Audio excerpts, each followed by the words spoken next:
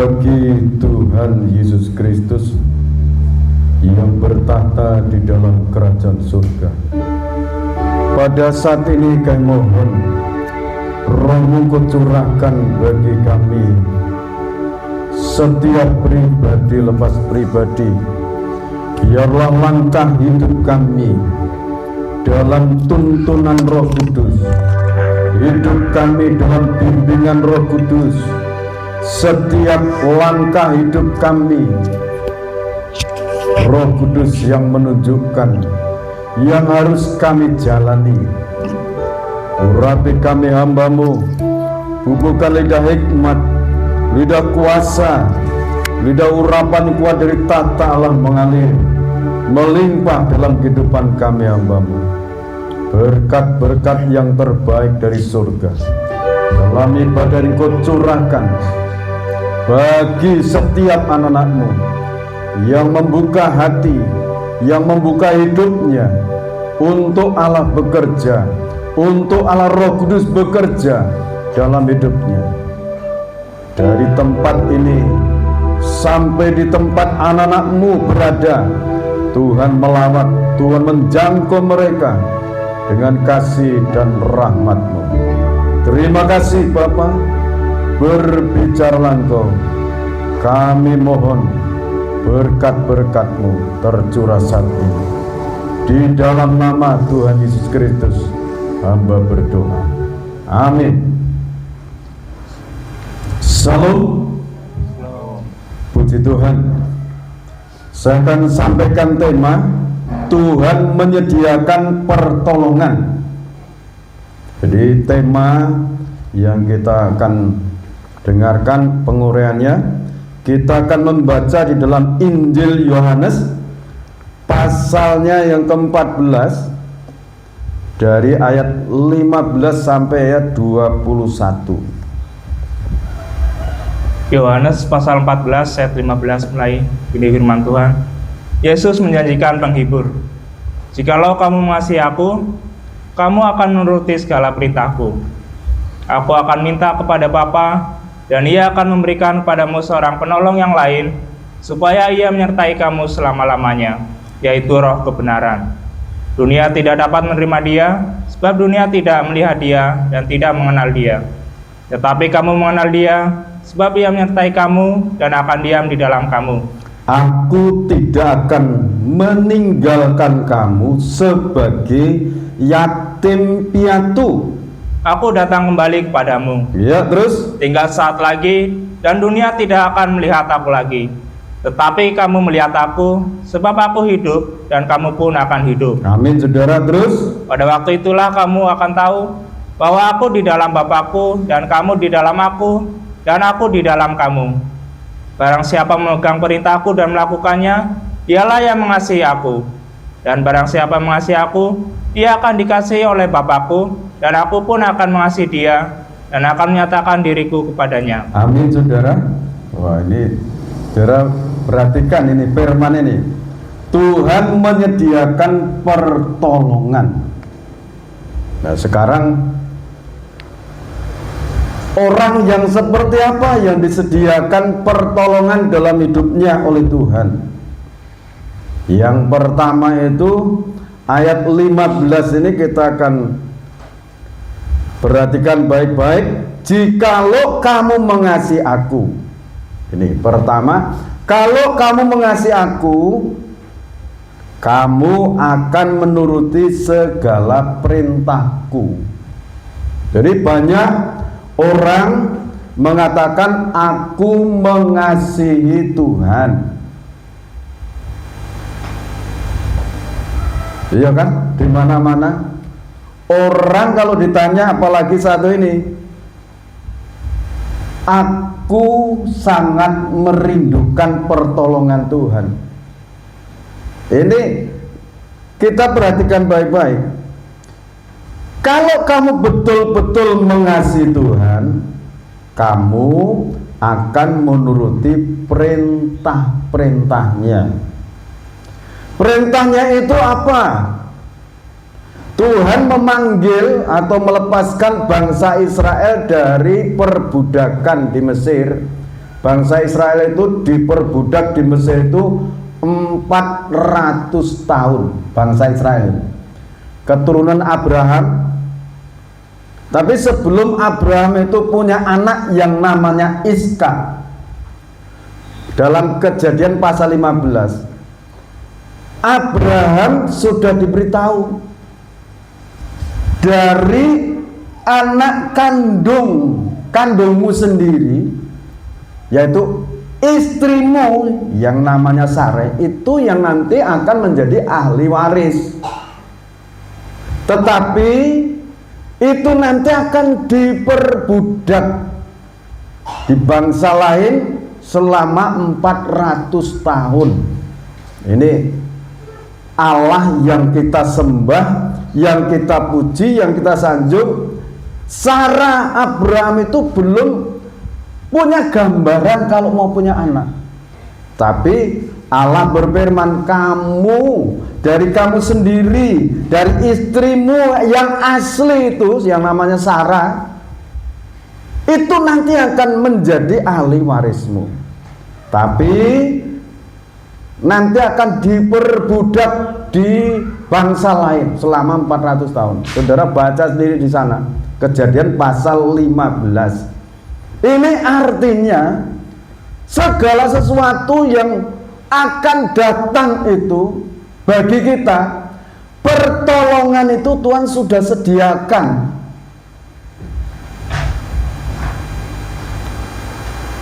Bagi kita, pertolongan Tuhan itu sudah disediakan untuk kita hari esok.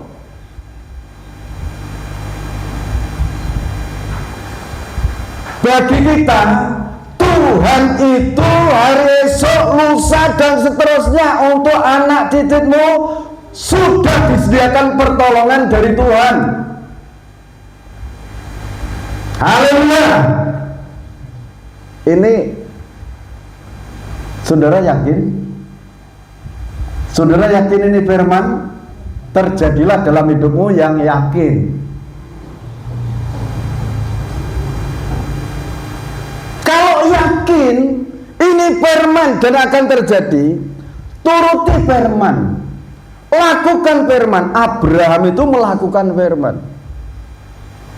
Satu, untuk bangsa Israel dilepaskan dari perbudakan dari Mesir itu supaya beribadah di padang gurun. Ibadahnya tidak asal ibadah, tapi ibadah yang berpolakan pola tabernakel. Nah, tabernakel itu apa? Rekayasanya Musa. Itu Musa dibawa masuk ke sana, ke surga, diperlihatkan, kamu menggambar bait suci tabernakel seperti ini yang kamu lihat di surga itu. Ini miniatur kerajaan surga, tabernakel ini. Jadi kalau ibadah dengan pola tabernakel, saudara boleh selidik pintu gerbang, percaya pada Tuhan Yesus Kristus sebagai Tuhan dan Juru Selamat. Masuk di halaman, di situ di halaman itu ada 10 hukum. Pertama itu hukum untuk keluarga. Hukum keluarga itu damai, berdasarkan kebenaran, suci, ya, menjaga kesucian. Yang ketiga itu jujur. Yang keempat itu murah hati. Itu kalau di tengah-tengah keluarga itu 4 hal ini dijaga, wah itu kerajaan surga turun. Amin. Itu tertulis di mana? Kalau rukun kerajaan surga turun di mana? Mazmur pasal 133. Kalau kamu rukun, Tuhan itu memerintahkan berkat kehidupan untuk selamanya. Amin. Rukun, supaya bisa rukun yang dipegang kebenaran firman. Ini untuk keluarga. Yang dipegang kesucian hati, takut akan Tuhan. Kalau sudah punya istri, seorang suami jangan lirak-lirik dengan istri tetangga. Sekalipun istri tetangga itu cantik, lebih cantik istrimu toh. Halo, yang sudah berkeluarga. Amin. lebih cantik istri saya daripada istri tetangga. Karena apa? Yang bisa memperhatikan hidupmu, bapak-bapak, itu istrimu. Haleluya. Amin. Amin. Kenapa Pak Gembala? Ini firman kok langsung ke situ. Yang mau diberkati itu yang keluarga mau rukun. Yang disediakan pertolongan dari Tuhan itu keluarga yang mau rukun. Amin. Ya. Nah, untuk beribadah satu. Pertama di padang gurun, berpolakan pola tabernakel. Yang kedua yang garis besar saja, bayar persepuluhan dengan dasar kebenaran dan jujur. Wah, ini pendetanya butuh duit, ya butuh duit. Saudara butuh enggak? Lakoni firman, bayar perpuluhan.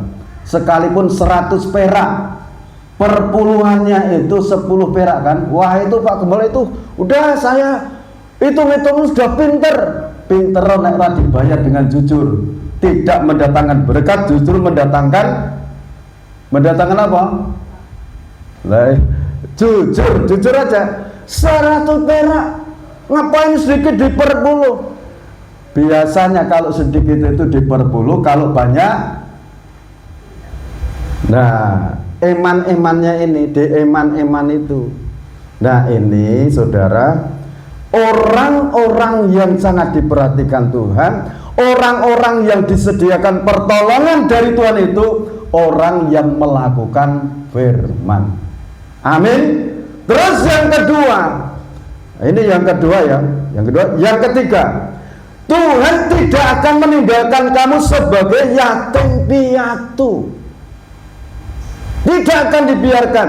Orang tuamu bisa meninggalkan, bapakmu bisa meninggalkan, tetapi aku tidak akan meninggalkan kamu sebagai yatim piatu. Ini Bapak surgawi itu sedemikian.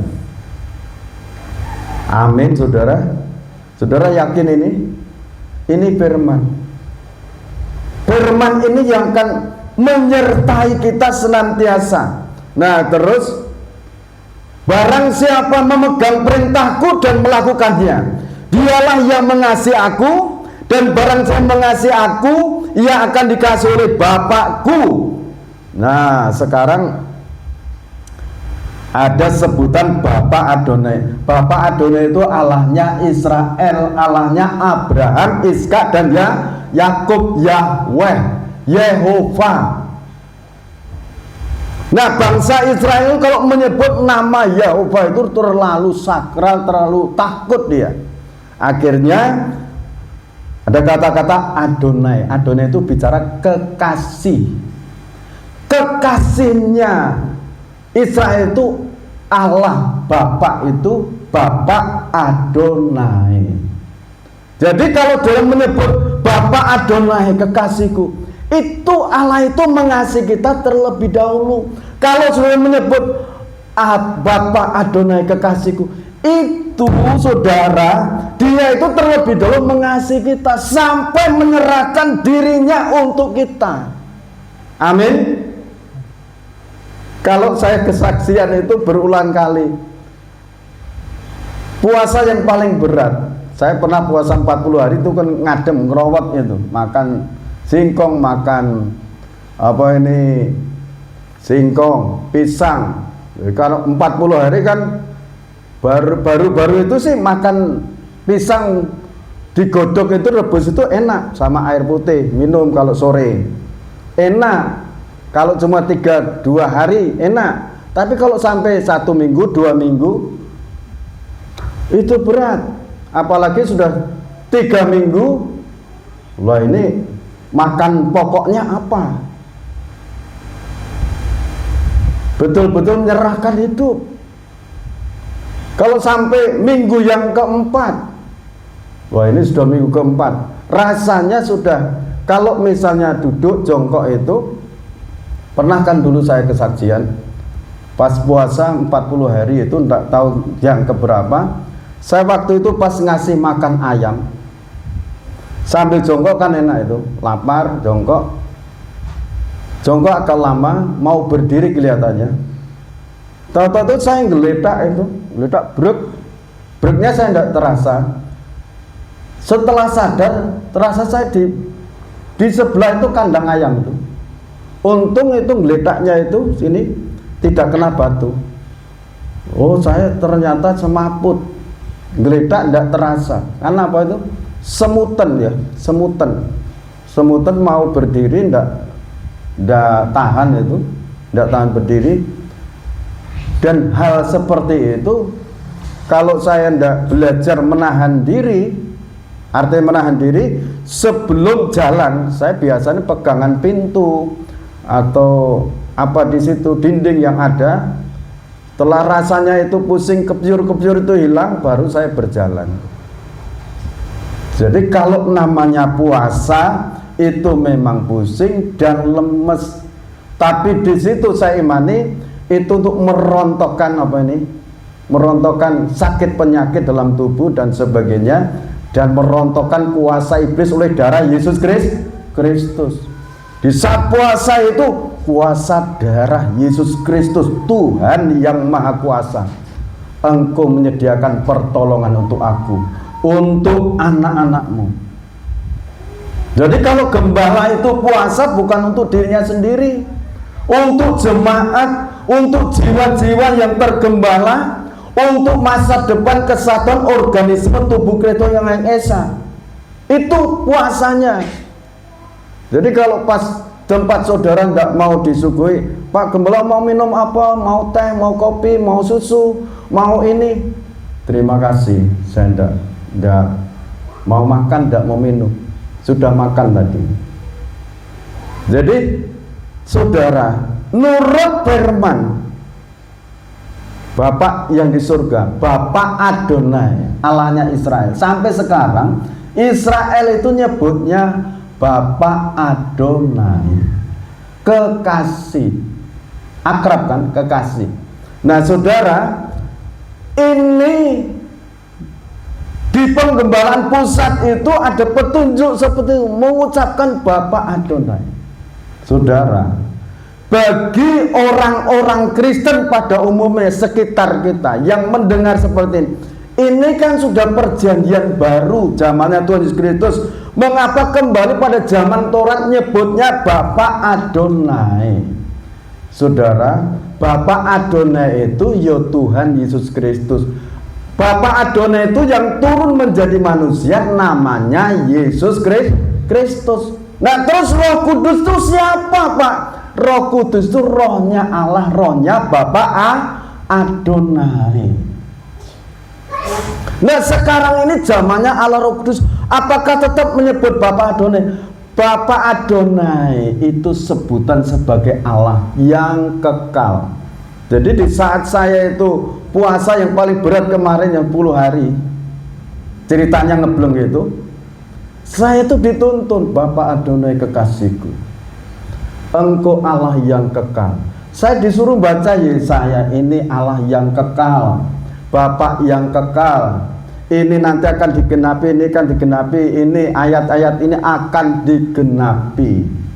Saudara perhatikan ini firman, supaya kalau ada orang bertanya, saudara bisa menjawab. Kalau saudara menghadapi masalah hidup, Tuhan sudah menyediakan pertolongan. Amin. Lah saya yakin banget itu. Saudara silahkan bingung, saya tetap yakin Tuhan menolong kita.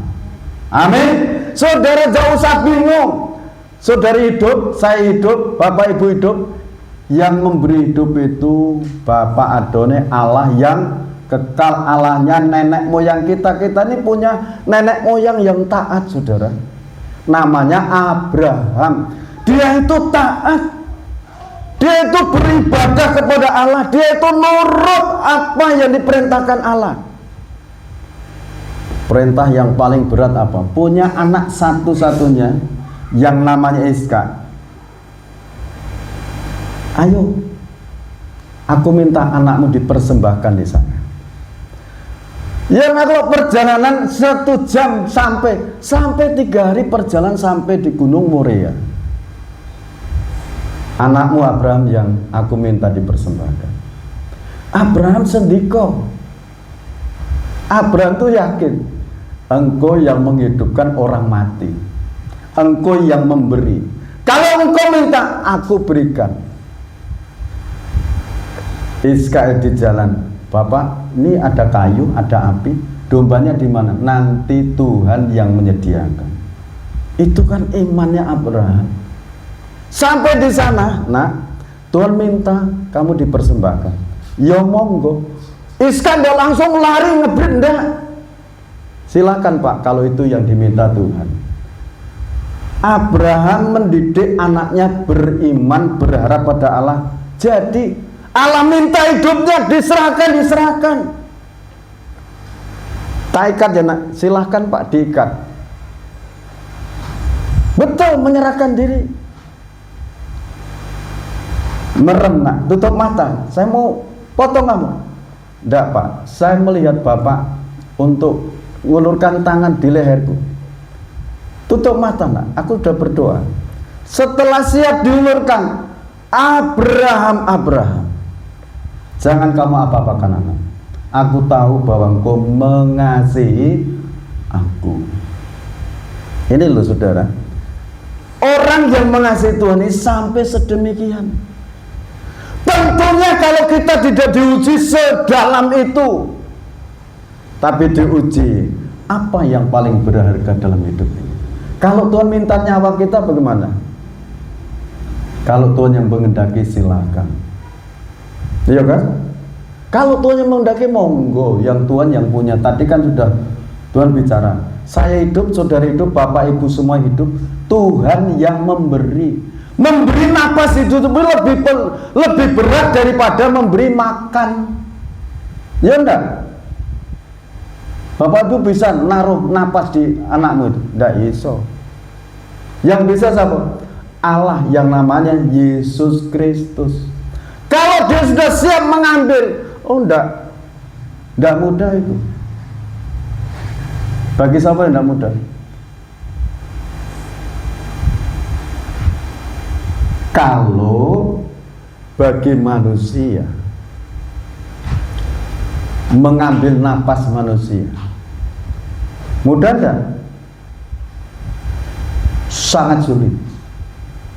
Tapi bagi Tuhan itu sangat mudah. Ini ada sedikit nih. Ada anak sekitar umur 18 tahunan atau sampai 20. Dihajar orang, masa ngajar dia, langsung mati, dikeprui kepalanya, diinjek dan sebagainya, hilang napasnya. Kenapa? Mencuri motor. 3 hari yang lalu itu terjadi. Itu berita saudara. Nah saya ingatkan lagi untuk anak-anak muda, bapak-bapak, kalau bawa sepeda motor dikunci, kunci setang. Ini diingatkan lagi supaya apa? Aman. Sudah sedemikian kalau ada pencuri ahli bawa kunci ini dan itu. Tapi kalau kita berjaga-jaga, kita waspada, Tuhan melindungi. Amin. Jangan mencobai Tuhan. Percaya Tuhan melindungi, pintu tidak usah dikunci. Lah itu namanya mencobai Tuhan. Ya, jadi Abraham mengasihi Allah sedemikian. Kita memiliki orang tua, nenek moyang yang taat pada Tuhan, mengasihi Tuhan. Nah sekarang tadi sampai bayar perpuluhan, Abraham sampai diminta anaknya diberikan. Nah terus sekarang mengenai apa lagi? Contoh orang memberikan 1/10. Tadinya hanya 2 orang. Tuhan berjanji keturunanmu akan seperti bintang di langit, akan seperti pasir di tepi laut. Saudara, bangsa Israel itu yang 10 suku tercerai-berai di berbagai benua di dunia. Terus yang di negara Yahudi itu cuma 2 suku, Yehuda dan Benyamin. di sana. Dimanapun mereka berada, Tuhan memberkati, Tuhan melindungi, Tuhan mengasihi. Kita sekarang bisa ibadah menyebut nama Yesus Kristus itu juga dari terah keturunan bangsa Israel, yang dari keturunan Yehuda. Kita mendapatkan berkat itu. Jadi kita baca sekarang. Ini Kejadian pasal 12, supaya saudara perhatikan ayat 1 sampai ayat yang ke-3. Abram dipanggil Allah. Berfirmanlah Tuhan pada Abram, pergilah dari negerimu dan dari sanak saudaramu dan dari rumah bapamu ini ke negeri yang akan kutunjukkan kepadamu. Ya, terus? Aku akan membuat engkau menjadi bangsa yang besar dan memberkati engkau serta membuat namamu masyhur, dan engkau akan menjadi berkat. Aku akan memberkati orang-orang yang memberkati engkau dan mengutuk orang-orang yang mengutuk engkau. Dan olehmu semua kaum di muka bumi akan mendapat berkat. Amin, saudara. Ini ayat saya dapatkan saat bergumul.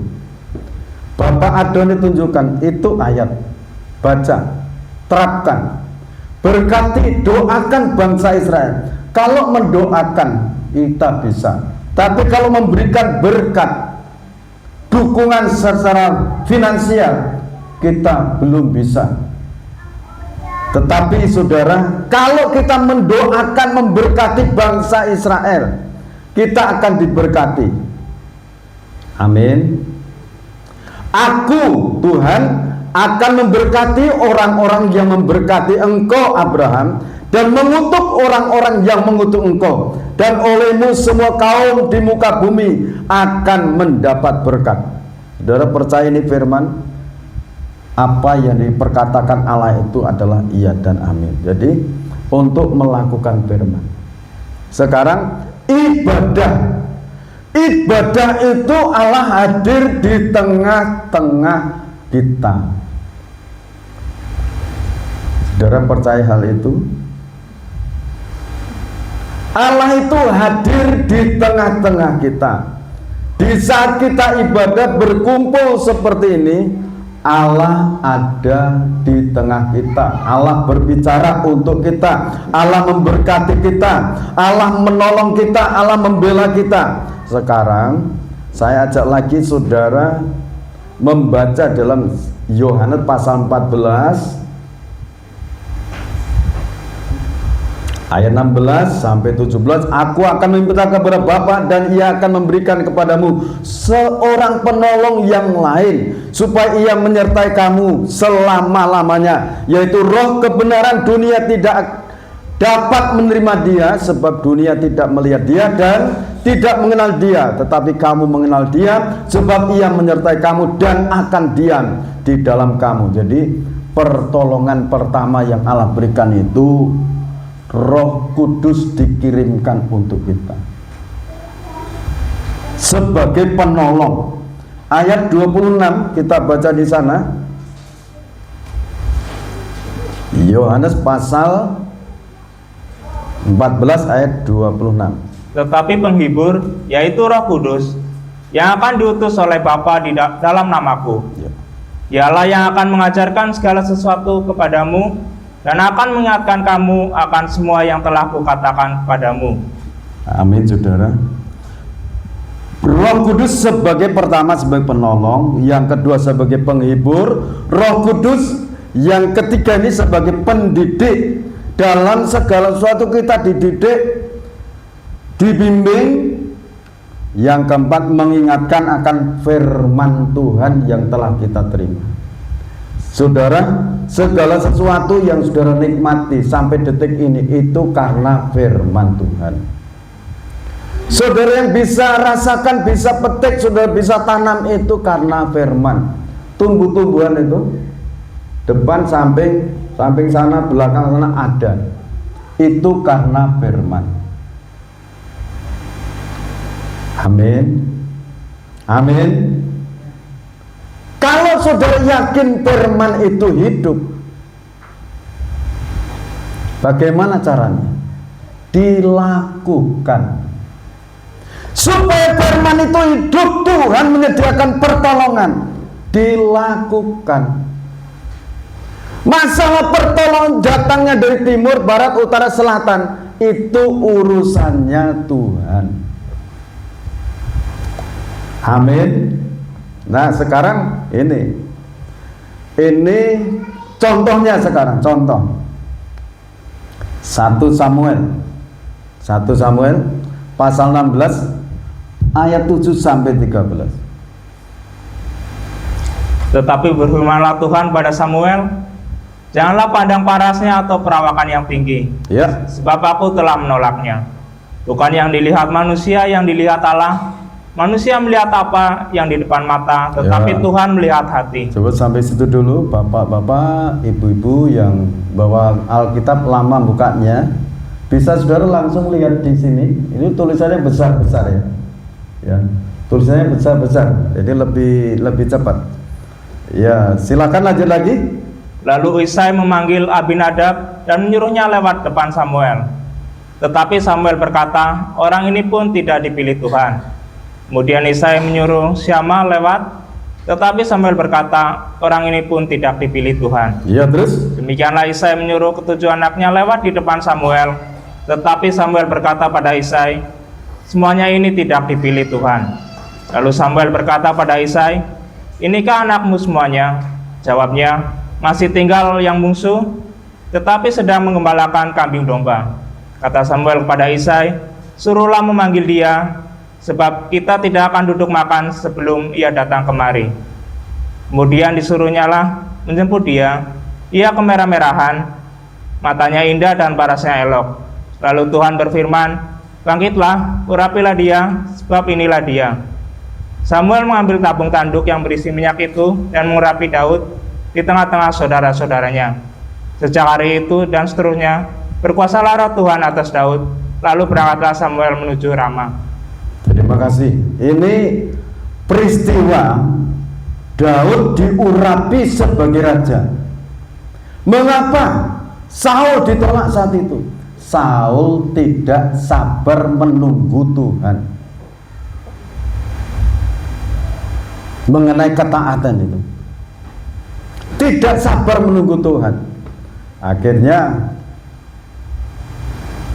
jabatan sebagai raja dicabut oleh Tuhan sendiri, dan jabatan itu diberikan kepada anaknya Isai. Nabi Samuel disuruh ke sana.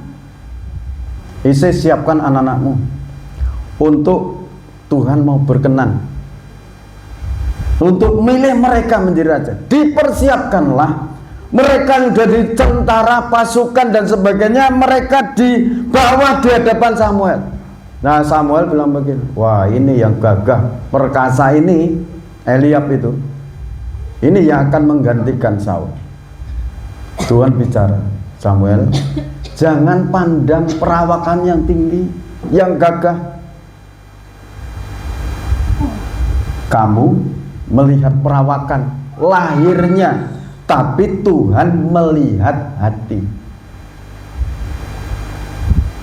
Saat itu saudara, ini namanya Daud itu sedang kerja di ladang penggembalaan. Daud itu sedang mengembalakan di sana, sementara di rumah pesta, masakan yang enak-enak, lembut dipotong. Mereka sudah diajukan di hadapan Tuhan melalui Samuel. 7 anak laki-laki Isai ditolak oleh Tuhan. Sampai Samuel bilang, apakah cuma ini anakmu? Masih satu di sana mengembalakan kambing domba. Panggil dia pulang. Kalau tidak, kita tidak akan makan. Dipanggil. Ini anak bungsu saudara.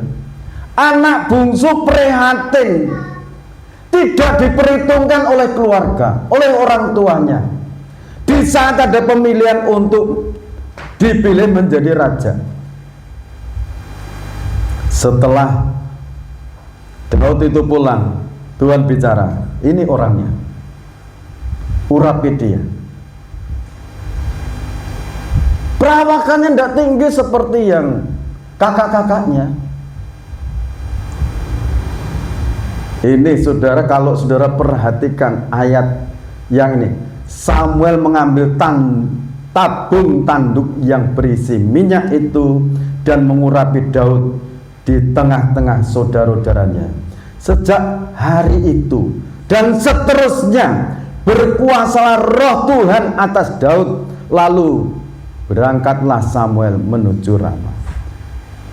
Orang yang tidak diperhitungkan oleh manusia, kalau hatinya itu tulus di hadapan Tuhan, mencintai Tuhan, mengasihi Tuhan, melakukan perintahnya, sekalipun tidak diperhitungkan oleh manusia, jelempit di sana, di desa, di hutan sana, mengembalikan kambing domba, Tuhan itu menyuruh panggil dia.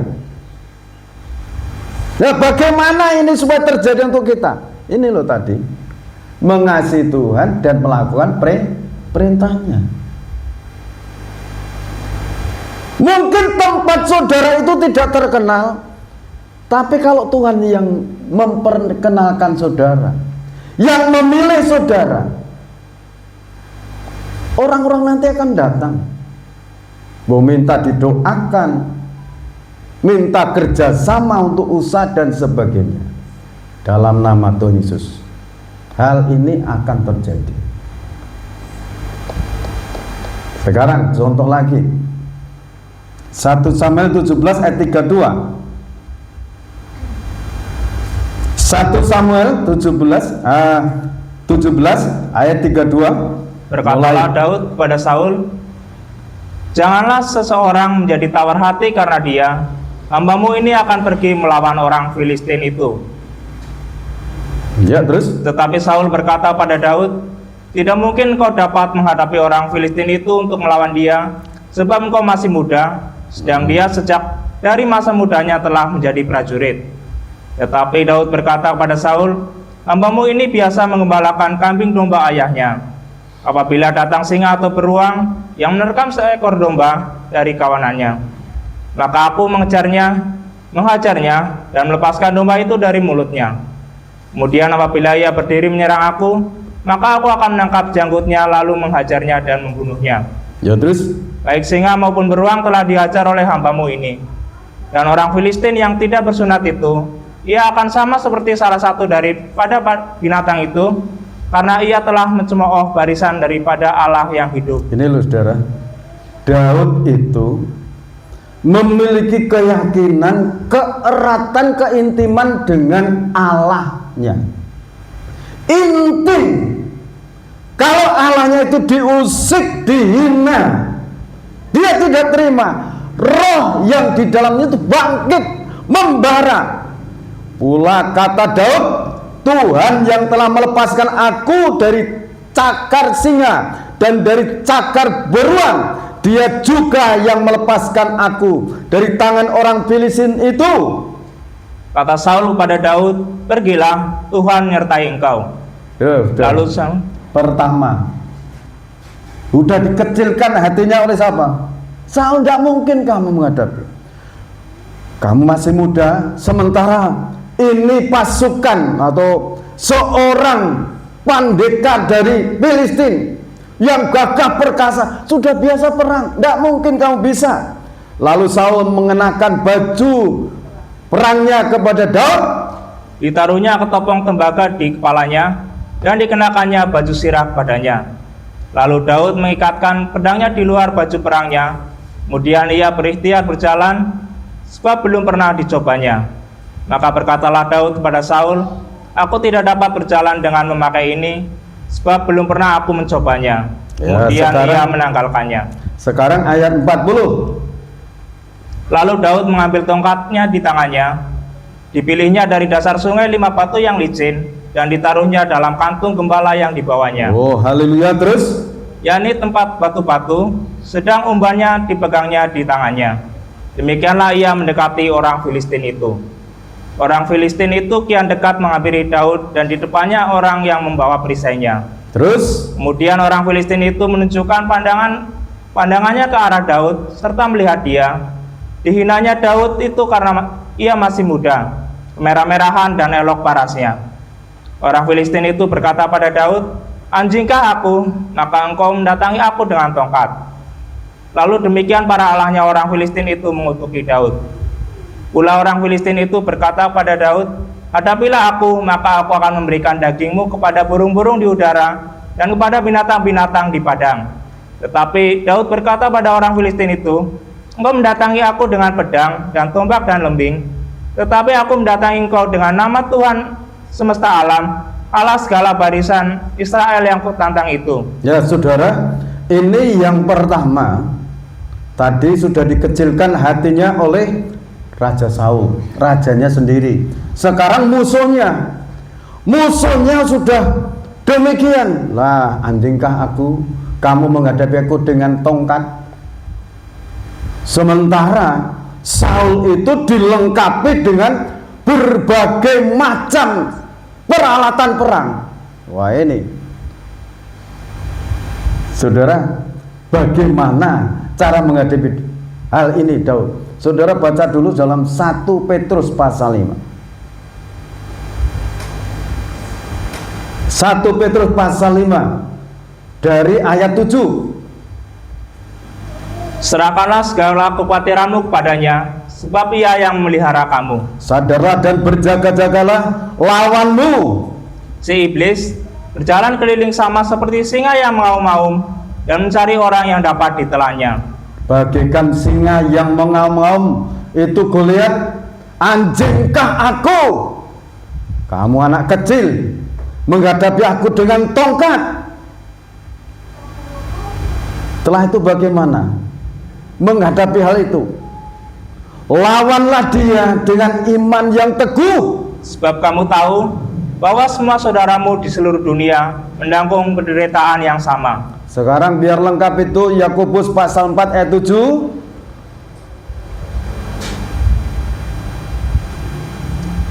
Karena itu tunduklah kepada Allah dan lawanlah iblis, maka ia akan lari daripadamu. Jadi tunduk kepada Allah, lawan iblis, iblis akan lari.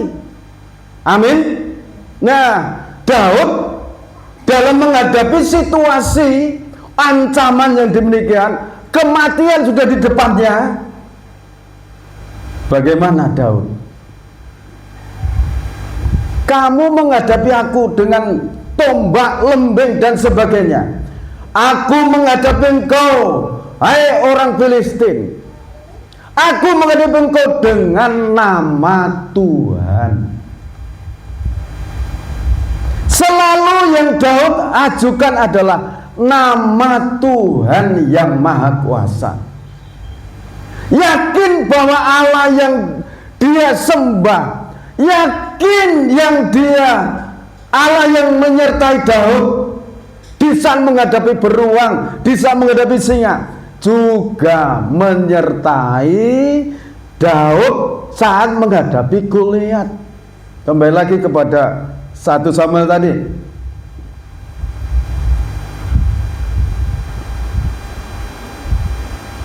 Ayat berikutnya, Ayat yang ke-46, "Hari ini juga Tuhan akan menyerahkan engkau ke dalam tanganku, dan aku akan mengalahkan engkau dan memenggal kepalamu dari tubuhmu." wow. Ya, ya, terus "Hari ini juga aku akan memberikan mayatmu dan mayat tentara orang Filistin kepada burung-burung di udara dan kepada binatang-binatang liar, supaya seluruh bumi tahu bahwa Israel mempunyai Allah. ya, terus Dan supaya segenap jemaah ini tahu bahwa Tuhan menyelamatkan bukan dengan pedang dan bukan dengan lembing, sebab di tangan Tuhanlah pertempuran, dan ia pun menyerahkan kamu ke dalam tangan kami."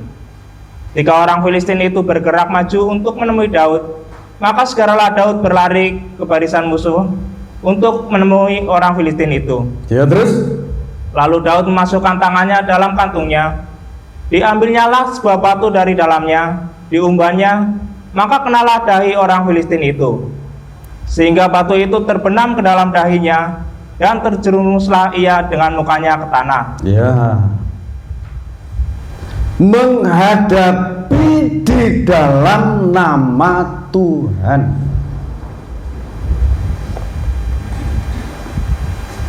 Kalau Sakaria pasal 4 ayat yang ke-6, bukan oleh kuat, bukan oleh gagahnya manusia, tetapi oleh Rohku, kata Tuhan. Daud bisa menghadapi Goliat sedemikian rupa ini. Apa sebabnya? Dia telah diajar, dididik oleh Roh Kudus di saat menghadapi tantangan.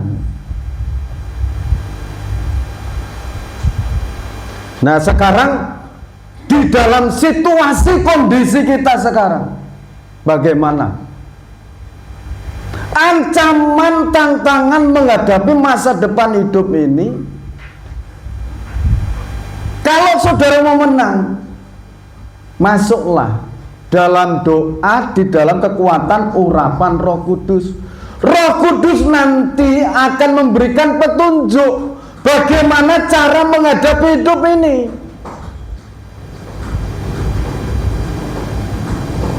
Sekarang kita baca ya. Efesus pasal 6 ayat yang ke-16. Dalam segala keadaan, pergunakanlah perisai iman, sebab dengan perisai itu kamu akan dapat memadamkan semua panah api dari si jahat. Ya. Dalam segala keadaan, pergunakanlah perisai iman. Dengan perisai iman itu kamu akan dapat memadamkan semua panah api si jahat. Sekarang panah api si jahat saudara bisa lihat enggak? Tahu-tahu langsung cemas, tahu-tahu langsung khawatir, tahu-tahu langsung menangis sendiri. Itu kerjanya siapa? Panah api si jahat. Tahu-tahu bingung, tahu-tahu pusing, apa yang harus dilakukan ini? Lawanlah dia dalam nama Tuhan Yesus Kristus. Amin. Lawan dia.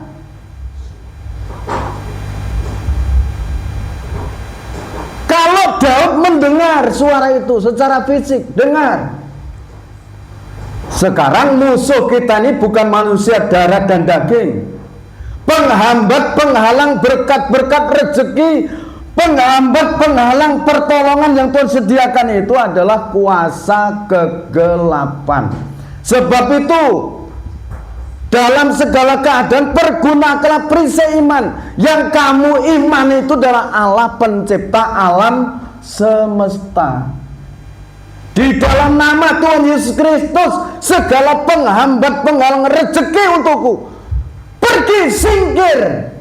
Pintu-pintu rezeki yang tertutup terbuka dalam nama Yesus Kristus. Terbuka pintu rezeki dalam nama Tuhan Yesus Kristus. Rezeki dari Tuhan datang. Nanti kan datang. Saudara panggil, nanti datang. Amin. Ini dilawan panah api jahat. Itu api. Setan itu tidak bisa dilihat dengan mata kepala ini, tidak bisa. Kecuali, ada terkecuali. Ada orang-orang langsung lihat ada genderuwo di sana.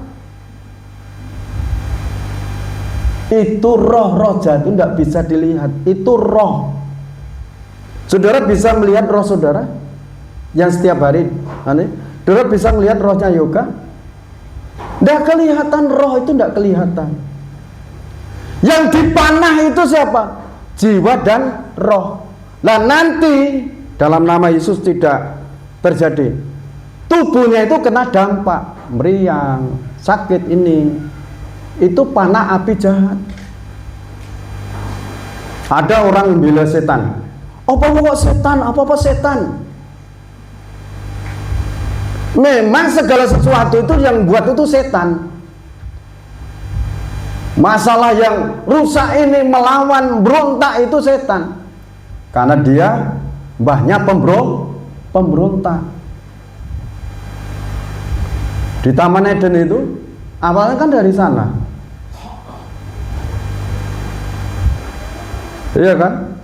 Ya, jadi kalau ada orang yang terlalu suci bela setan, oh jangan-jangan apa-apa nyalakan setan. Memang panah api jahat itu diluncurkan setiap saat. Nyerangnya siapa?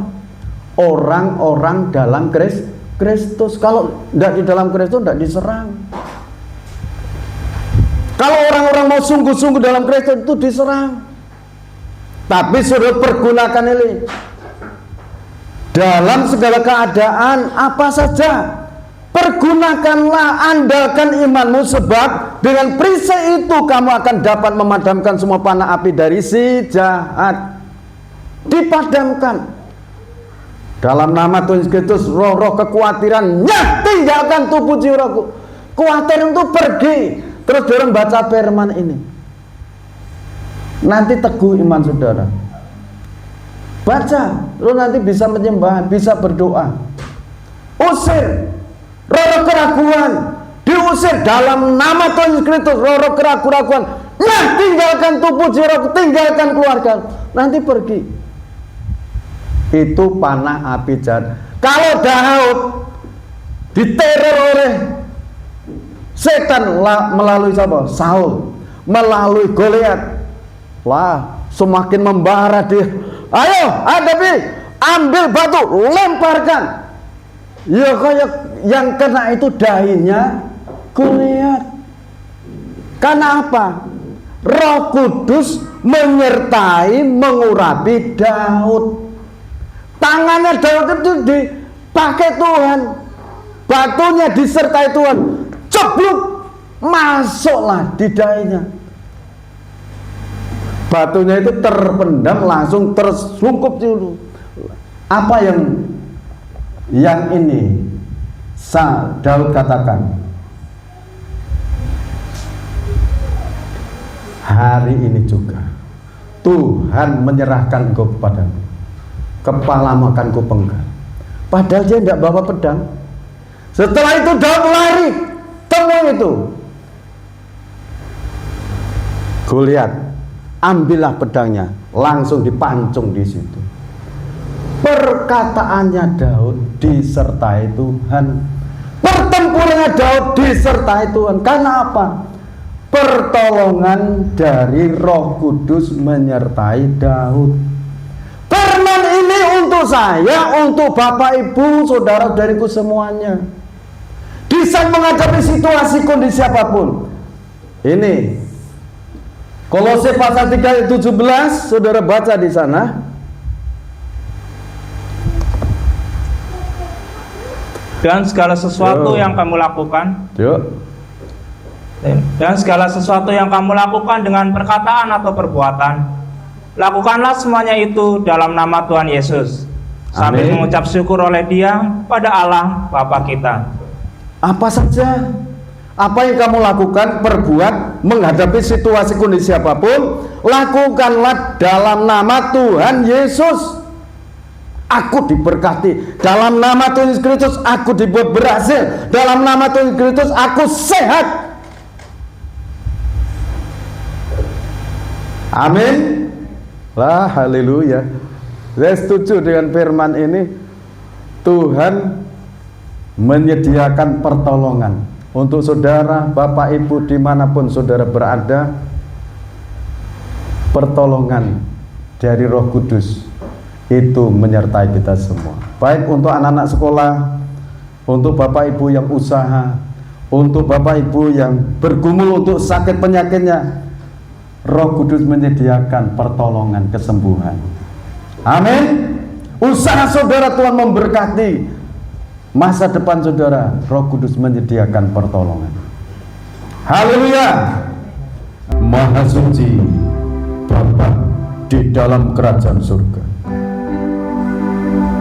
Tuhan menyediakan pertolongan bagi orang-orang yang mengasihi Tuhan,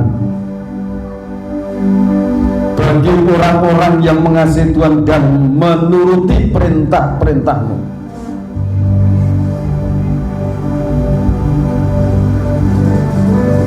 Engkau sangat mengasihi kami, Bapa Surgawi.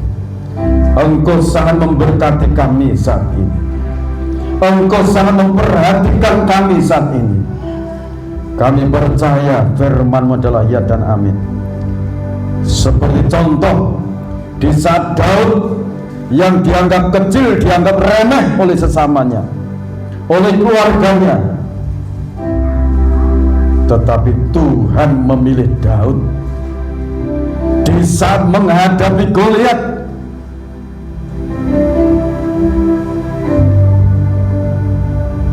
Daud selalu mengandalkan Tuhan pencipta alam semesta. Daud imannya teguh bahwa Tuhan yang menyertai setiap saat.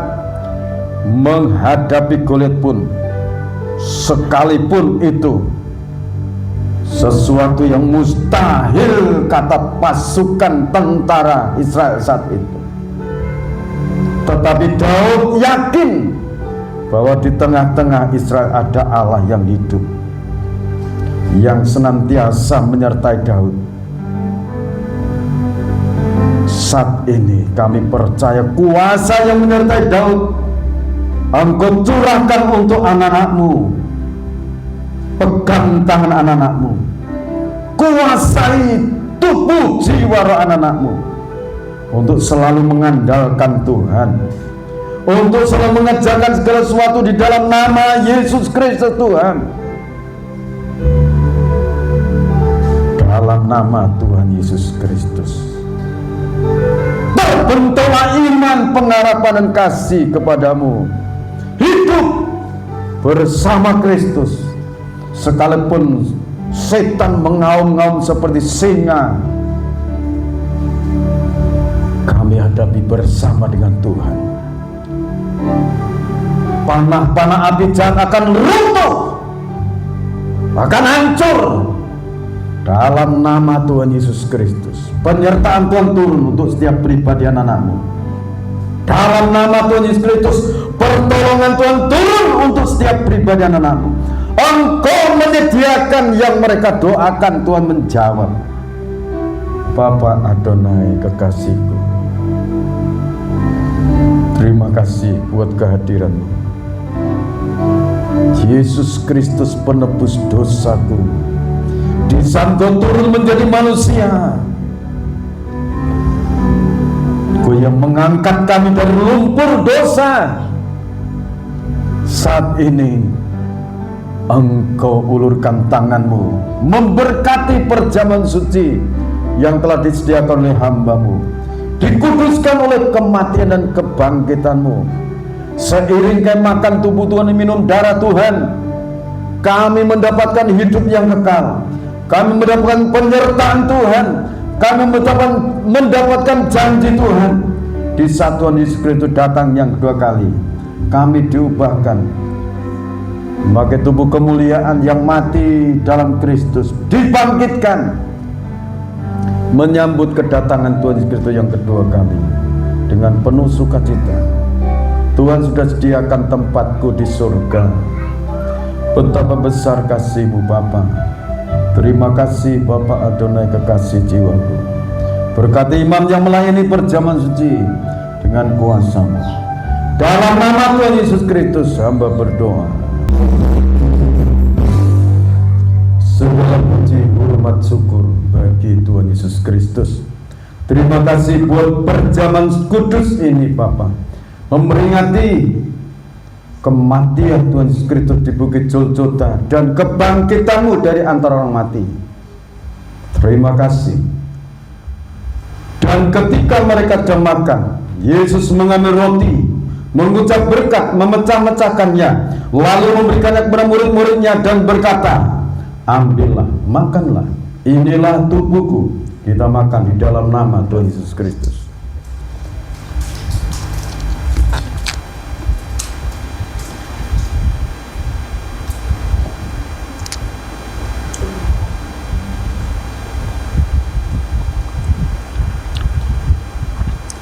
Maha suci Tuhan Yesus Kristus, kita angkat cawan minuman yang berisi tetes-tetes darah Tuhan.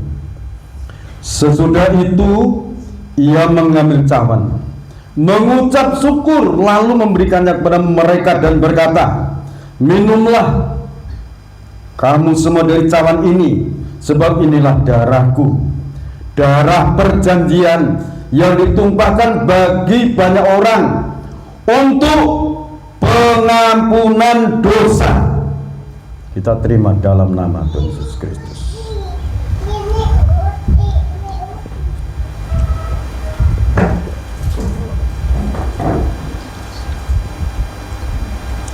Maha suci Bapa yang di surga, Maha sempurna Engkau, Kau selalu hadir dalam kehidupan kami.